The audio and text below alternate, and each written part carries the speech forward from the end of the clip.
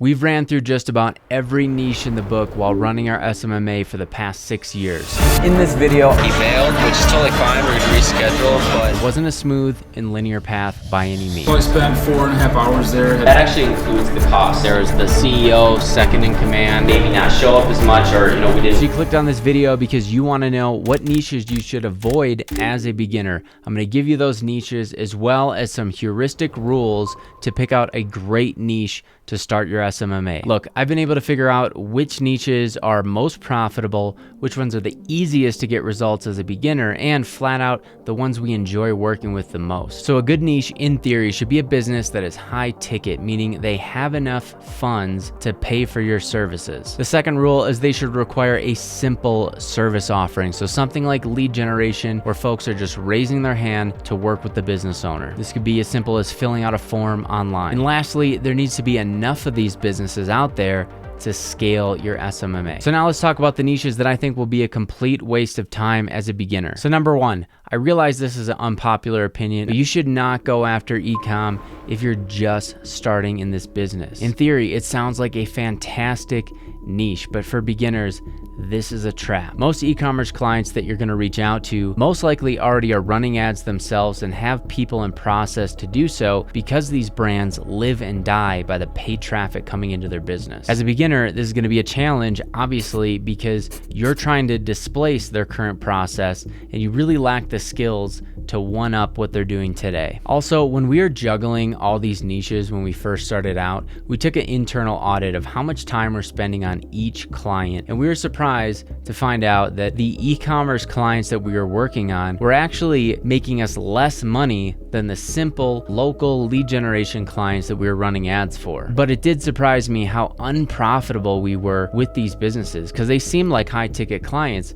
but when we broke down the hours, we are actually making less money. So this was a no-brainer. On one hand, we had clients that were taking up maybe a few hours a week, and on the other hand, we had these e-commerce clients that were essentially taking up 4 to 5 hours per day, constantly making campaign adjustments, making optimizations, new creative tests, and ate up our entire work time. While you can make a profitable business in this e-com space, there's far better ways and much easier ways to get rich. Number 2 on the list that you should absolutely avoid as a beginner: low ticket businesses. I'm talking restaurants, coffee shops, inexpensive products. Now you might want to entertain one of these businesses if you're just trying to get some experience or a case study and you have no background in the space. But if you're trying to scale a legitimate business, these are not where you want to spend your time. Imagine this: you're working with a local business and they're selling t-shirts or some kind of low ticket offer, and their average sale is about $20. Now, if you're running paid ads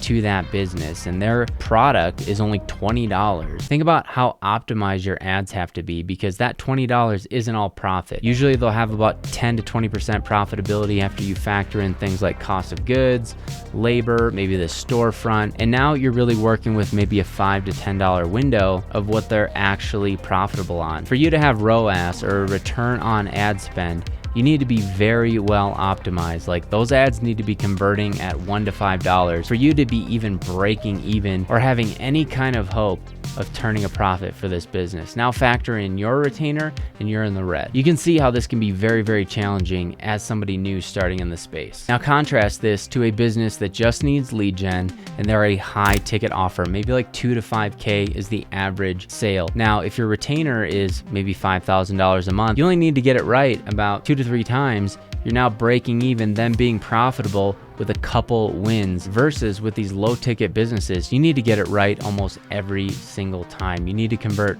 hundreds of times with your ads. It's not impossible, but as a beginner, it's gonna feel that way. The next niche I wanna cover that you should absolutely run away from is the oversaturated businesses. These are companies that have been bombarded by SMMA wannabes for years. Companies like dentists, chiropractors, gyms. Now you can go a level deeper, and I'll explain how to do this, but these basic generic companies have been hit up for many, many years now at this point. So instead of targeting dentists broadly with your niche, you could go after a sub niche like Invisalign or whitening or some kind of cosmetic procedure to stand out amongst the crowd. Same with gyms. Instead of going after the local Planet Fitness, go a step further, contact some CrossFit gyms, strength training gyms, jiu-jitsu, martial arts, these sub-niches of fitness that are off the beaten path where you'll get better results much faster. If you make these small adjustments early in your SMMA career, you're gonna save yourself a ton of time,